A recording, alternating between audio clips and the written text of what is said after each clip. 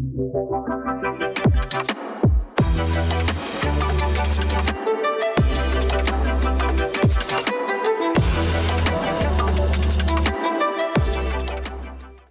want to call Ndada Steven on to talk to us. He's a brilliant businessman and captain of industry. And I think he's going to have quite a lot to share, quite a lot of insight to share with us.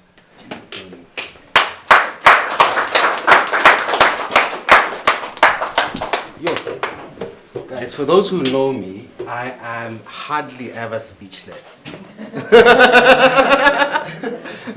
Like, honestly speaking, but for the first time, I am speechless. I think Anna and I had a toss when he was like, okay, conversations about failure. And my first question was like, what is failure? How do you define failure? And when is it ever failure? So before I share my side, anybody care to say, what is failure? Sure. I think it's when things don't go according to plan, like when things go south, you know, and they don't go according to my plan. Yeah. Sure. When you quit. Okay. When you quit. 'Cause, Okay.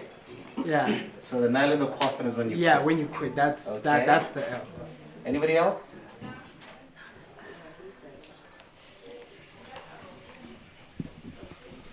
Yeah? I think it's an opportunity to try again. All right. Well, that's a definition. When is it failure? When you give up.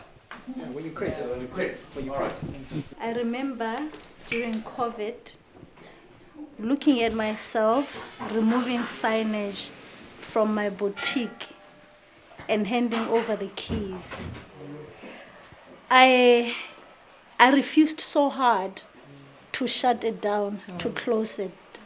And in my heart and my head, even now, I still don't consider myself having failed. Because sometimes you're forced by circumstances beyond your control. So, yeah, that's just my different opinion. Awesome. So, I'm not sure where to start. I'll share my journey. I was fortunate enough to start working when I was 17, going on to 18. If anything else, on my 18th birthday, I was handed the keys to my own office. At that time, it was a C220 Mercedes, brand new. I don't even have a license, right? And I'm in a completely foreign country. I was in Scotland, and I was made a branch manager of Scottish and Southern Energy, right? You can imagine, so founding statement in my life, part of it is my class 4 teacher says to me, there's 8 of us in a class, and in that class it was myself, Thomas Mufolo, and other 6 kids who were either from Sweden, Germany, or England. And then my teacher, then Mrs. Naismith, looks at us and says, look to the person on your right, the left, and behind you. And then he says, kids, do you know what the Lesotho Highlands Water Project is? Well, this is one of the most amazing projects on the continent. If anything else, it's one of its kind. If you know anything called the tunnel boring machine, it was first utilized in Lesotho before going anywhere else on the continent. So he said, for your parents to be working on this project, it means they are the best of the best of the best in industry. So my kids, the apple does not fall far from a tree. And then she quoted, I didn't know that book until I got to high school. She then said, all animals are equal, but you, my kids, are just slightly more equal than others. That was the worst indoctrination on the planet, according to me. It was good for a certain period because it made me define myself as best deserving, right? It is elitist in nature, which sometimes when you go into business, that element of elitism has to exist, right? So you start there, you go to high school, and because maybe you excel at certain subjects, automatically becomes easy, and then that belief system becomes true, right? Fast forward, you go to university, you do your first year. Before you even go to second year, you're recruited to go work for a company in the UK. What does that say? That statement is still true. You get in, I'm in Scotland, I'm probably the only black kid in my organization, and in 3 months, I'm the national sales manager. Whew. I remember sending money back home, and my dad refused the money. Because to him, it was like, how can a miner make this amount of money? I had to get my boss to send, in fact, HR to send all my pay slips, send my contracts to my parents for them to believe I was making what I was making. But also, it was mixed with my fundamental belief of the Bible. I believed wherever I put my foot, I'm given the place. I still believe that to this day. So I'm in Scotland, so automatically if I'm there, it is my home ground. Long story short, by the time 3 years came, I was the national sales manager on my 21st birthday. 6 months after that, we've made a lot of money. Like, I saved a lot of money. So, because if you don't have certain habits, like I drink water, so automatically cuts on my spending. So I had a lot of savings. And that's when I started my first business. A friend of mine was a mushroom salesman. Mushrooms. I got one mushroom. And Solomon's company that he worked for went bust, right? And he was representing them in Scotland. And I was like, Solomon, what are you doing on Monday? This is Friday, right? What are you doing on Monday? He's like, Stephen, I don't know. I have to go tell the customers that the company went bankrupt. I'm like, where do these guys get mushrooms? Ireland. So that night, we went on EasyJet, flew to Ireland, right? Got there in the morning, we found mushroom farmers. We bought mushrooms, got them on the truck into the ferry. On Monday, we were delivering mushrooms and we were telling customers that company went bust, but we are Mon Mushroom. So where does Mon come from? Solomone, my surname is Monyamane, so there's M-O-N in between, so Mon Mushroom was born. So we sold our first consignment without having registered the company. Then on Monday night, after we've delivered, we went online, registered our company, and then every single day we're delivering. By the time we finished the first 2 weeks, we were probably moving 30 tons worth of mushroom, 30,000 kgs. A week. Then I said to Solomon, people who eat mushrooms eat tomatoes, lettuce, aubergine, asparagus, munchtu, sugar snap. Why are we not selling those? So what we then did at the time, we went and bought 2 Sprinter vans, refrigerated. So he drives another one, right? 10 o'clock, we were done delivering. We would go dress up in suits, put nice cologne, and then we'll take our beautiful 4-pipe cars. So if you understand, like even in Joburg, your high-end restaurant, not more pop and champagne, like proper high-end restaurant, they will always have a bay window. So when you park your beautiful car, immediately how you are dressed is different, ne? A lot of nonsense though. So we would walk in and we would sit down, get the menu. We would look on the menu, which items do we supply? So the first day we'd go there, order, give a generous tip. The following day, we come back again, same time. But now what we have done, we've built a bouquet of samples of what we sell that's on the menu. And then if you are a patron and you're paying 2,000 at the time, to convert it, it's easy to call the chef. So call the chef, would then give him the bouquet of what we sell with the Mon Mushroom card. Long story short, in a space of 11 months, we had 10 trucks on the road. We were moving 90,000 kgs a week of produce. And this is 2008. 2008, those who know 2008 will know what happened around that time. And I looked at my friends and I said to him, if we're currently making 50 rands, or using that term, right? Your quality of life is around the 50 rand mark. We have two options. It's either we downgrade to 40 or we exit. Get somebody who's making 30, moving to 40 will be an upgrade for them. So 2008, do your maths.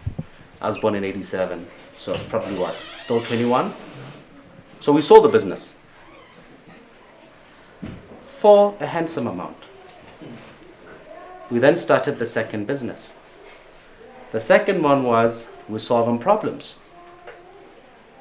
What problem were you solving?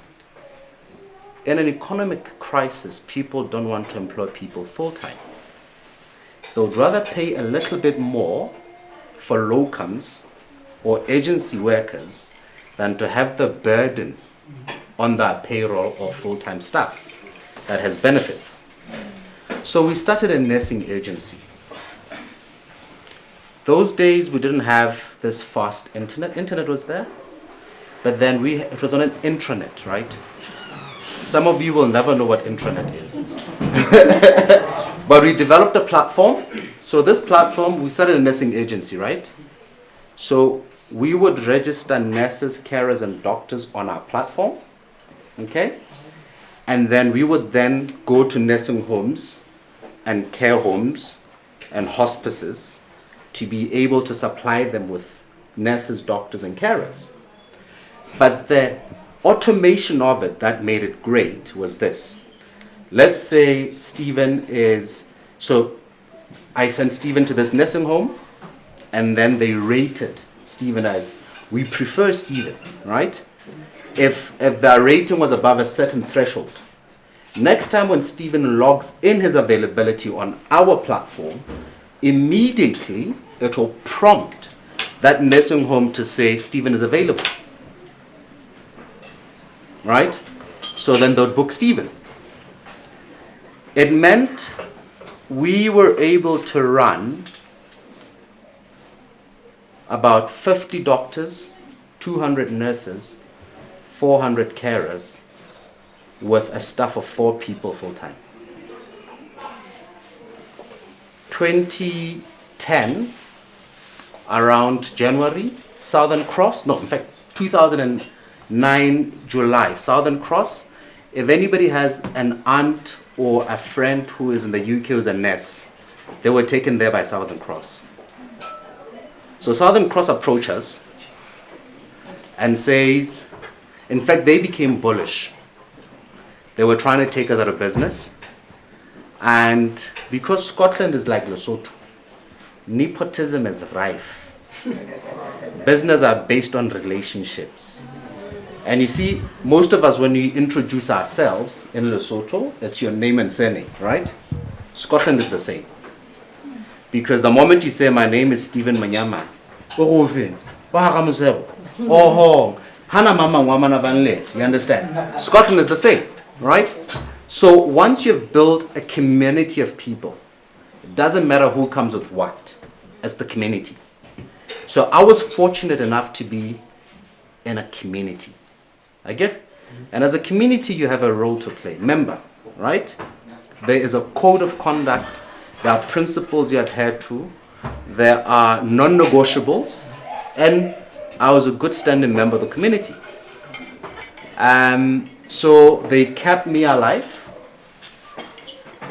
I think December, 6 months down the line, Southern Cross came to me with an offer I genuinely couldn't refuse. Let's just say it is enough. I go out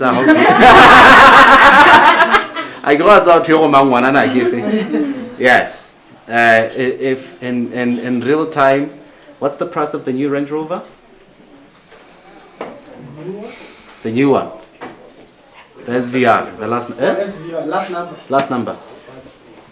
3.5. Maybe you could buy 5. So here I am, 2010, 23, and I've managed to sell my first business, my second business, in a foreign country. So what's next?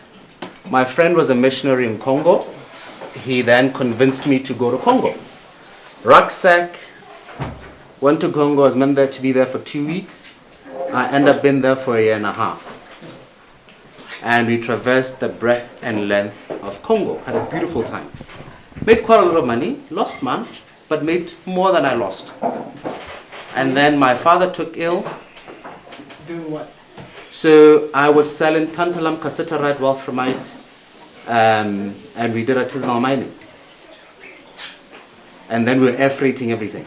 So we're both freighting everything and selling minerals. All 3 of those phrases mean I don't understand none of them. So put it this way, if you have your cell phone, there's a mineral in there that's called cobalt or tantalum. If you have a car with alloy rims, wolframite makes alloy rims. So those were that. So you can imagine with that kind of success, those who met me back then, 2013, I had a bit of a chip on my shoulder. And I sure did, right? And to be honest, whatever I did, whether it was Montec, anybody know Montec Institute? Yeah, so it's one of my businesses. Anybody knows the Entrepreneurs Network? I'm glad what we did 10 years ago, it's happening again now. Well done. So there was a lot of amazing stuff that we did. But Lesotho, for some amazing reason, is a special country. Business in Lesotho is contact sport.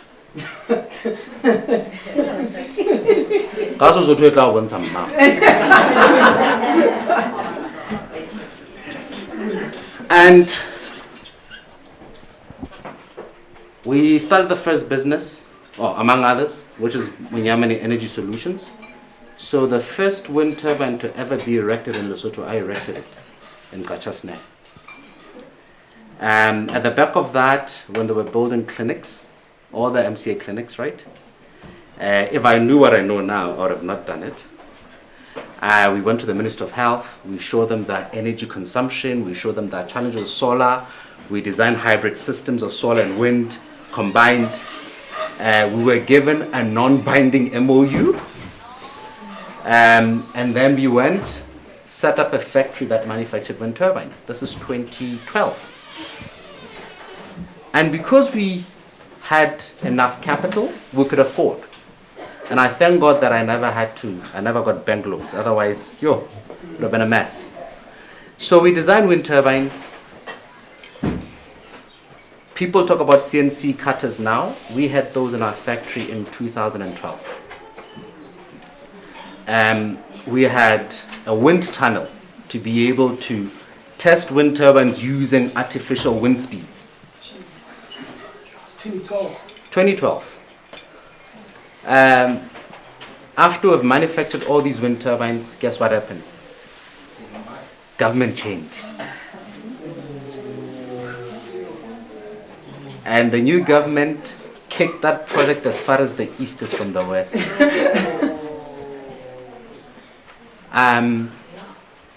was a huge lesson.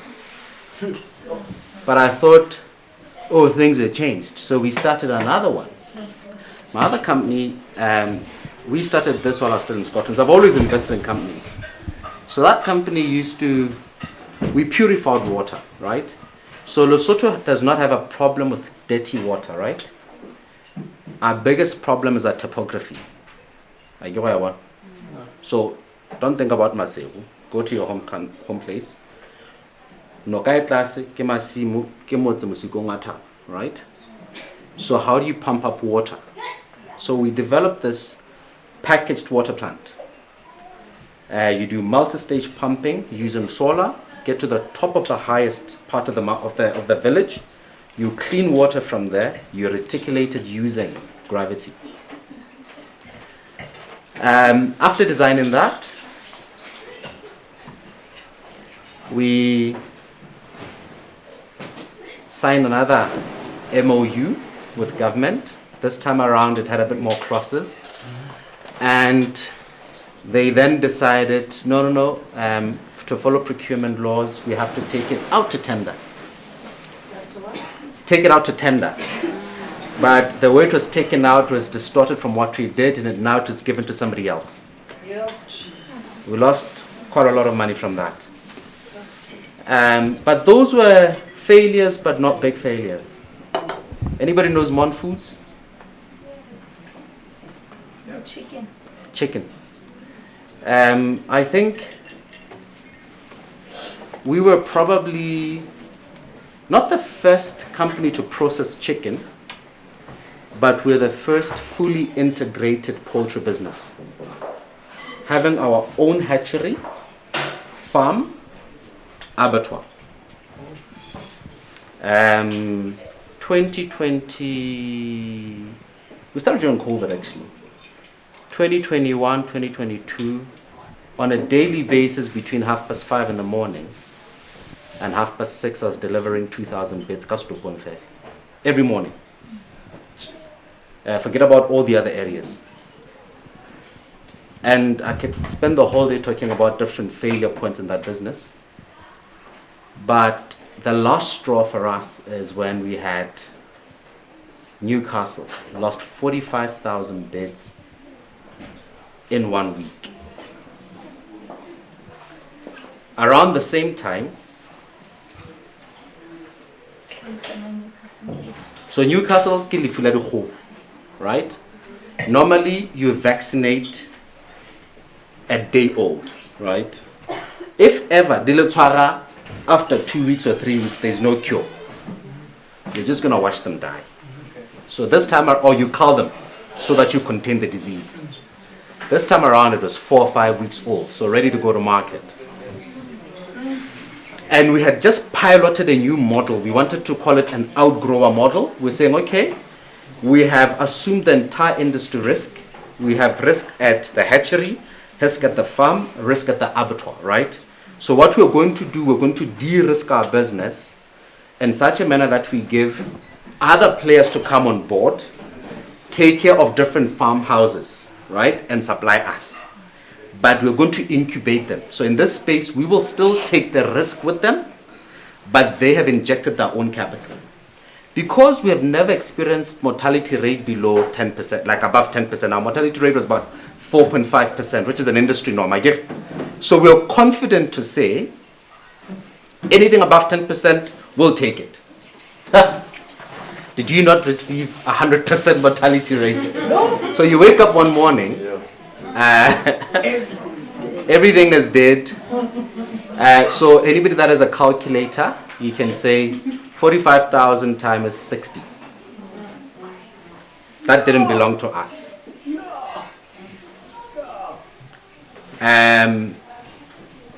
You can just imagine, around the same time, I had, in fact, 2 weeks before that, I had 4 gunmen come into my house, hold us hostage for 4 hours. It's not related in any way, so don't worry. Around the same time, I'm going through a divorce. And then we lose 2.8 million. True survivor. True survivor. At the same time. And if anything that could go wrong that year went wrong. Sorry? But you know, I'll tell you the most amazing thing.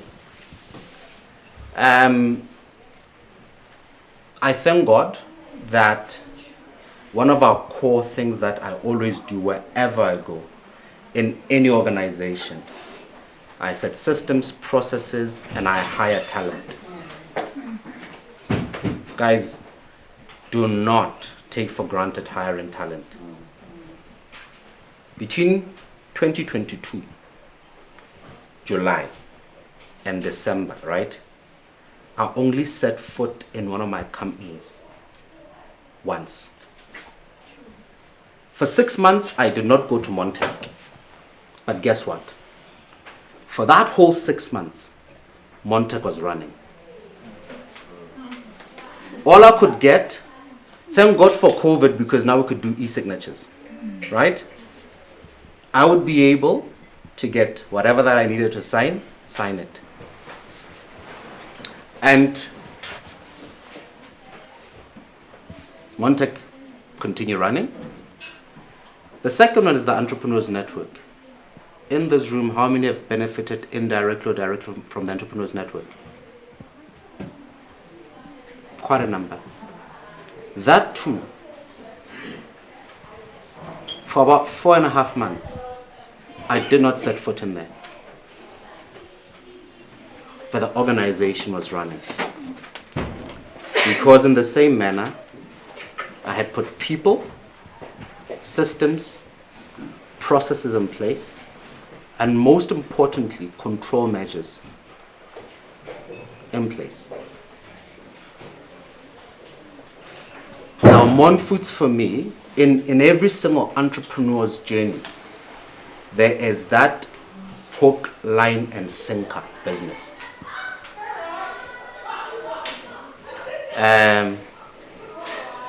Just to give you context, for Mon Foods, I sold less than 20% shares of that business for 4.5 million.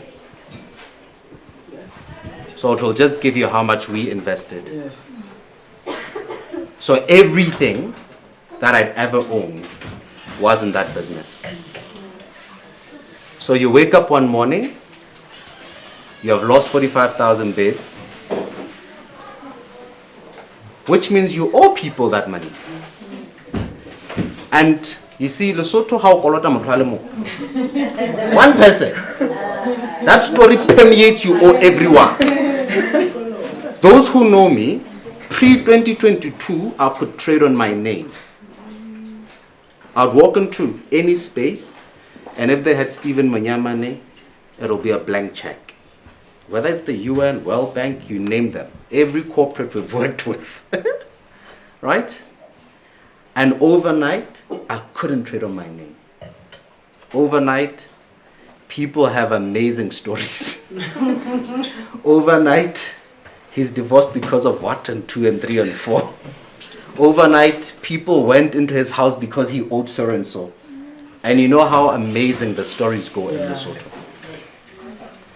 And this is the very first time I'm ever speaking about this chapter of my life openly. Because a lot of times we think we owe people to tell them what's going on, but we don't. And I'll tell you, if you want to survive in Lesotho and your business is failing, come in to me and I'll tell you how to survive it. So, you know what I did? It's a license of right? I literally have a code 14. It's called EC in South Africa, right? I did an EC license. I approached the guys that supplied me with products and I said to them, I have a market that I can cater to. So every fortnight, I would jump into a truck, deliver 14 tons in Bloem, come back to Kroonstad, take stock, deliver 14 tons in Hosemampur in Pretoria, come back, load some, and every single week I was delivering 42 tons of produce. Yana maho. Me driving, myself, and I. We have to be 3. and I tell you, so I went dead silent, quiet, so nobody knew what I was doing. Because you see, when Hana Maikata Australia fresh, every vulture will hover over that. We salivate over failure. We can't wait to see somebody fail. Do you know why? It's so much in us that we want to see them fail. Banana kiboma. And I want to share a story, guys. The reason behind it is simple. Success, individual success in the midst of failure is despised. When we live in an environment whereby young people graduate into hopelessness, which is what is happening. If we live in an environment whereby less than 10% of people who graduate per year get absorbed into formal employment. Those who seem to make money, it's because they are affiliated or they pay bribes or they do that. So immediately we assume you cannot make it unless. So when you're like me, those who know me, I don't even pay 20 rand bribe to the police. I don't. I'd rather pay 4,000 fine than to pay 20 rand bribe. Do you know why? I know I'm going to be successful. I know I've been successful. And guess what? 100% of my success has been from God. So if I pay a bribe to get access to something, can I stand with confidence and say I got it from God? I can't. So who am I to deny God his glory? Because all I am is but a steward of what he's doing. So, what did I do? I'm doing these activities in South Africa. I called all my creditors, right? And I said to them, you can see, Mon Foods, the doors are closed, right? But on a monthly basis, in my personal capacity, I'm able to pay X amount. Okay? So, can we get into an agreement of one transferring the debt from the company to me in my personal capacity? Somebody can say, this is a stupid idea. But hey, I'm divorced. I don't own anything. Whatever I owned has been transferred to my son. I've demonstrated ability to pay in my personal capacity. I was not running away from my debt, right? But I was protecting the assets of my company. Because the assets, those are worth about 8 million plus. So what's the worst case scenario of being sequestrated or being bankrupt as an individual in Lesotho? What's the worst case scenario? If you, as a person, if you don't own a house, what's the worst that can happen to you as a person when you're bankrupt? Nothing. Yes, you will not get loans from a bank for a certain period. We don't get them anyway, right? So I then said to myself, if I want to protect the business, of which I have people who have believed in me to invest in, right? I'm going to absorb all the debt in my personal name. Because I've got nothing they can liquidate except the clothes on my back. And then I maintained paying. Let's just say with those driving off the truck and doing all those things, we managed to pay 93% of that money in 18 months. So just walk around 2-point-something million. So we've paid, like I'm still behind with about 400,000, but I've paid more than 2.2 million. No. But I'll tell you what it is. Guys, in 2021, because Maseru, we know you by the car you drive and everything else, right? I actually sold my car because I wanted to be unseen. Impa, on the inverse, Hotring. Ui. I remember. and I tell you the story, the secret behind why I did all these things, right? Honna, those people who came believing in the business, guys, the Sotumanana, it's very rare movement moto who's sitting with liquid cash. I get. How about the investor when? Baka di mechele de no banking, buying all sorts of different things, right? So it's pain money, right? So when they've invested in you, you have a moral obligation to do whatever it takes to pay that back, or to constantly show them there is value, right? My shareholders are amazing. Like, I've had an incredible bunch of people, right? And the only reason I kept the lights on Mon Foods was because of the promise I made to people when things were great. My failure for me is I've retrenched 150 people. But you know what's the craziest part? And the failure is my madness of a dream of building a fully integrated poultry business that's 100% owned by Basotho.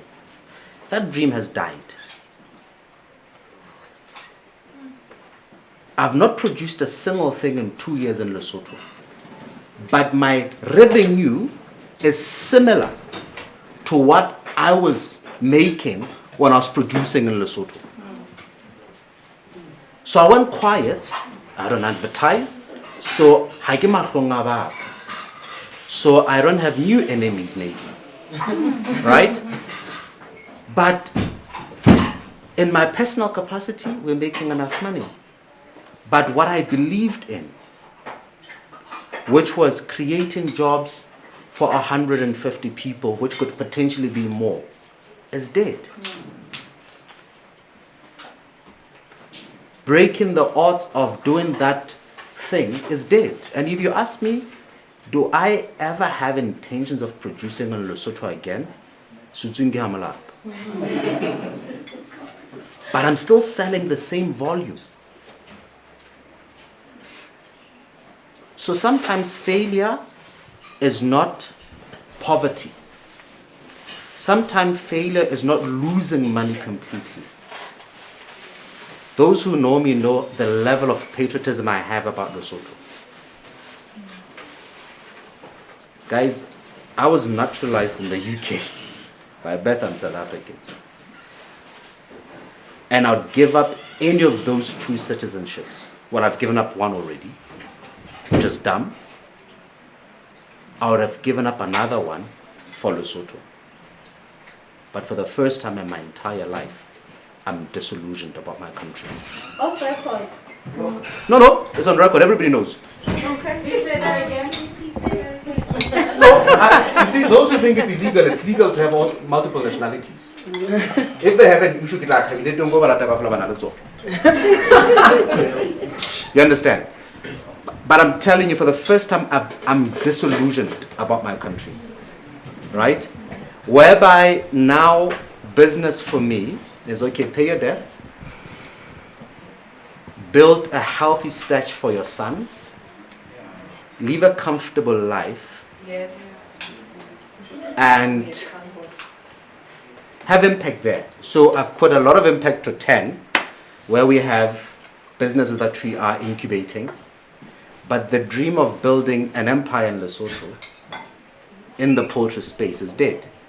Instead, I'm white labeling my product. So sometimes, but there's redemption as well, right?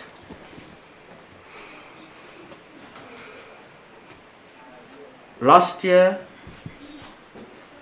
I was talking to you, remember, was telling her I had moved out of my house. I had rented another house, turned it into a B&B, so that I have a room I stay when I'm in Lesotho. The idea was I wanted to migrate, just move to South Africa where I could make more money. So life had moved from being impact, life had moved away from changing policies and developing young people. It was about Stephen. And I used to say this philosophy. Heroes are either dead, divorced, or their children hate them. Think of any hero, right? Dead, divorced, or children hate them. So I'm like, I'm not going to be a hero anymore. But because Ndatem Dimo has his own amazing way, right?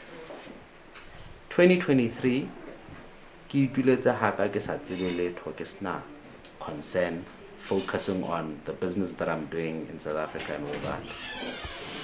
I have a random phone call. Those who knew me long time, I used to wear suits all the time. And then I cleaned up, wore a suit. I got called to the ministry. And I'm asked to be... And by the way, when failure was happening, I resigned from every single board I was serving on. Because I wouldn't want any organization to be put into disrepute because of where I'm at. So I get called to an office, and then I'm asked, we're setting up the WASCO board. Would you consider to serve on the board? And I looked at the minister, and I said to him, sir, no, I'm not interested. And he asked me why. I said to him, you and I know that for many years, these offices have been filled by political cadre. I get how high you'll get. So I don't know what's the persuasion of people in that board. I don't know what their value system is. So, no, thank you. Why could I say that? I had lost everything in life, and I didn't die. So, failure gives you the opportunity to be selective in what you want. Please say that again. I had lost everything that mattered. I had lost everything. So there was nothing more to lose, so to say, right? So now I'm very selective what I take because I didn't die. So it gives you the opportunity to make choices. Then I went away. A week later, I get called by the same ministry. They then asked me what I consider being the chairman of the board. And guys, I'm now perplexed. I'm like, like it's on record. And I said on conditions, sir. And he's like, what? Oh, what are the conditions? The first one, that I get an independent person to go to WASCO to do a dipstick analysis of the organization, people, system, process, and culture, to be able to give me a picture of what WASCO looked like.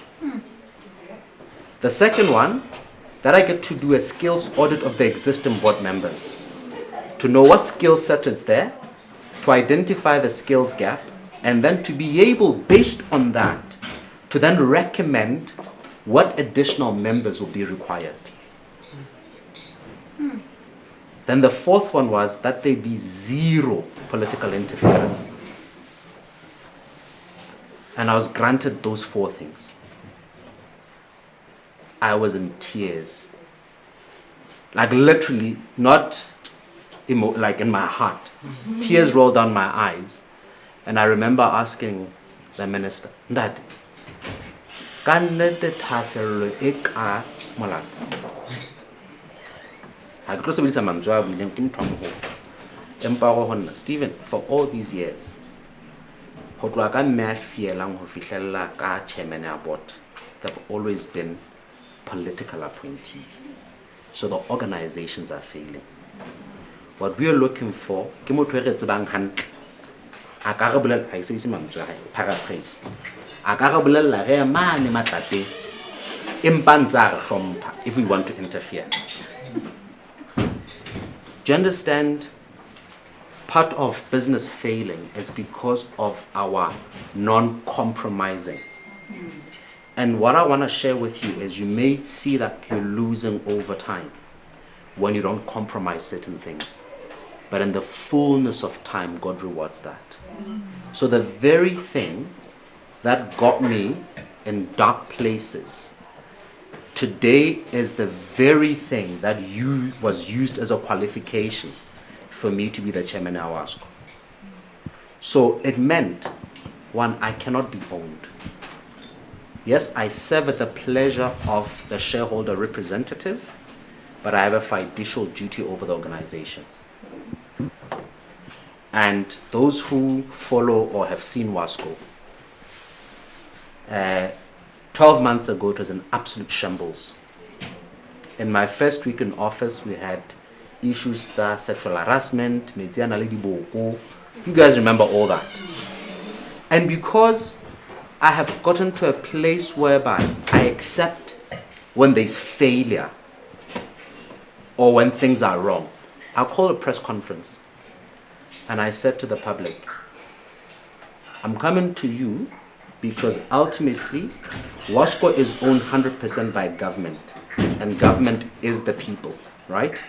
So we are serving our shareholders, which is the people, and we are giving you a human right, which is water. So we admit, there's sexual harassment in organizations, so that's the first one. I said that. Pembrey. Yabubedi, yes, your water had worms, because it had worms. Right? And yes, we are inefficient. Every single place you go to, water is leaking. However, these are the steps and measures we've put in place. I said, in 3 months we'll do this, 6 months we'll do this, 9 months we'll do this, 12 months we'll do this. And between last year, April, and today, the only time you have ever seen WASCO in the papers, it's when we tell the papers or call the media. So, with that redemption, for me, had it not been of that, my desire to stay in Lesotho was gone. So that for me was God's way of saying, whatever you wanted to do in Lesotho is not yet done. Yes, you may in your business now be pursuing personal things, but who you are ultimately is a servant. So I will give you another room to serve. And for me, my service is WASCO. Those who know it, we ran a recruitment process. Guys, I have served on a lot of boards. Who hire executive is almost impossible. But for the first time, we recruited the entire executive. Not a single person gave me a phone call. Not a single name. Not a single one was slipped away. Mama. We went through a transparent, non-interfered process and recruited the entire executive. And in my humble opinion, we have the best executive money could buy. And when God gives you how, WASCO and inside the job adverts, it would never have people apply. Like when I apply, at the university, you apply as executive. But we had over 250 applicants for the 6 positions. And I can tell you, 210 met the minimum criteria. The top 50 were phenomenal from all other companies that you can think of in Lesotho. And eventually when we set up a team and then asked, so why would you choose Wasco over any other place. And some would say the vision of Wasco now was so clear that we want to be part of that. So guys, in summary, when things don't go the way you always wanted them to go, when sometimes things look like everything that could go wrong, maybe it's God saying, or it's an opportunity to realize how much of self is in this. For the longest time, I would always use words like I did it, my intelligence, my that. But at this point in time in my life, I could tell you for free, like there was, under normal circumstance of Lesotho, I get, there was nothing that could qualify me or position me to be selected. Ne ke sa kolote batho fela. Mme se go ikananyana. Ha o qeta o bua gore mama wa motseba o tlo jante moshaneng. O tlo qeta ka sekgowa. You guys understand? And now I can safely say without fail, it is purely God giving me the opportunity to serve. So I'm going to leave you with a small scripture. It says, the kingdom of God is like unto a rich man going unto a far town.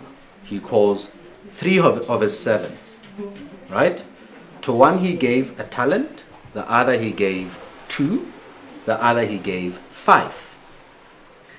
Then it says, each according to their own abilities. Right?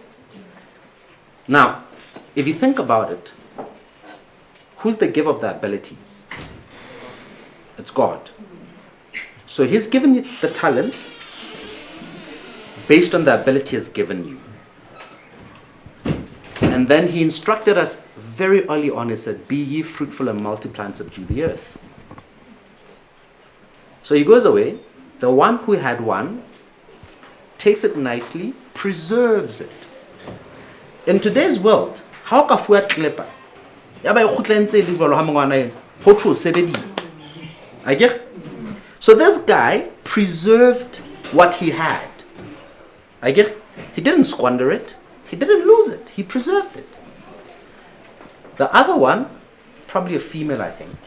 She had 2, traded, came back, and there was 4. The one who had 5 went, traded, came back, had 10. The master comes back. Look at the one who had a talent. The one who had a talent and say, here's your talent back to you as you gave it to me. And he said, you wicked servant. You know I do not take where I have plowed or reap where I have sown. Take that very same talent from there. You could say, but I preserved it. Right? The second one had 2. Now has 4. The master says, good and faithful servant. You have been faithful over little. How much was this little? 2. I'll make you ruler over much. How much is this much? 4, right? The one who had 5 talents comes back at 10. The master says, good and faithful servant. You've been faithful over little. How much is this little? 5. Repeat, how much is little? 5. So what business do you have trying to compare yourself with somebody who has 1 million when you have 500,000? The other one had 4, and 4 was much. The one who had 5 was little. So sometimes we spend so much energy trying to compare our success based on the next person. So if God has given you the talent for 2 and you've made 4, you are successful.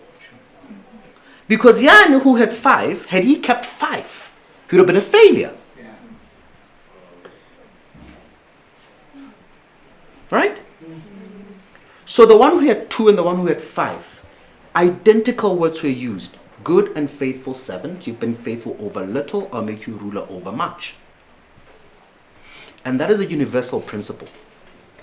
If you go to the bank and you have an overdraft, 100,000.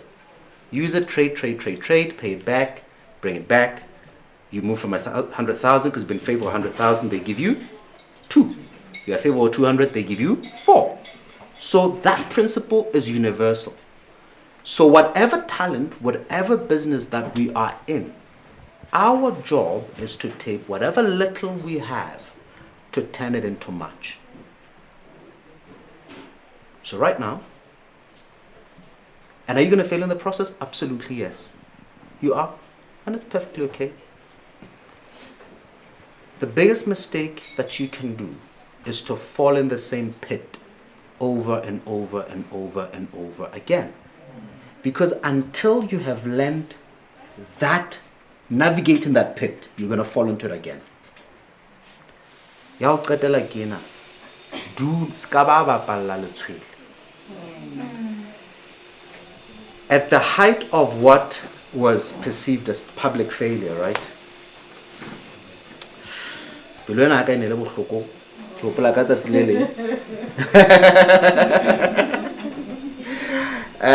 Yeah, 2023, just before my birthday, I was so angry of what had happened. And again, I talk from a place of privilege, so I went to SMG in Joburg and I bought an M6. M6 has always been not my dream car. My dream car is an Aston Martin DBS. But I always wanted to buy an M6. I love the sound of it, right? When I was supposed to take a delivery of it, at that time, I get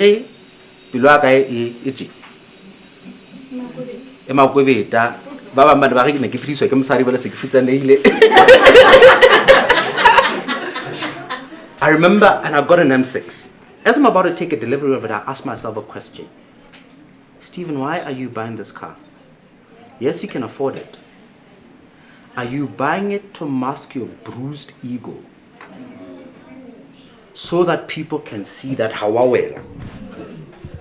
Or are you buying it because you love it? Yes, I liked the car.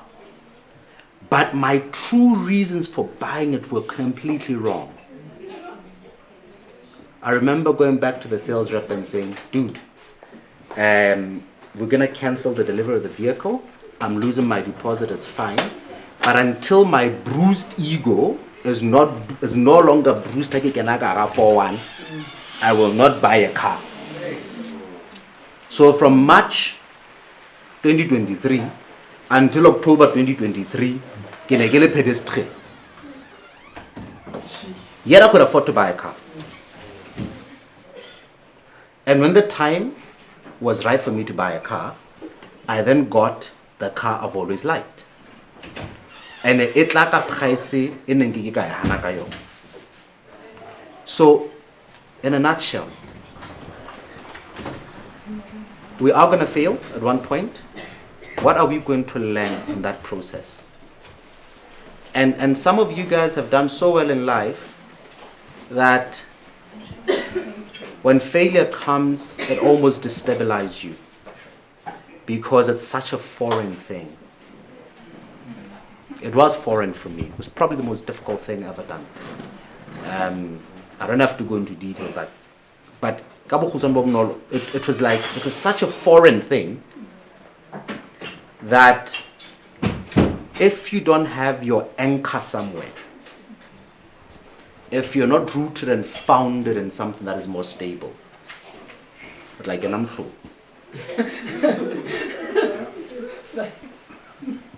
So, failure is going to happen, but you are not a failure. You are not a failure. It doesn't define you. And find something that keeps you going. I think I've said it. Thank you so much.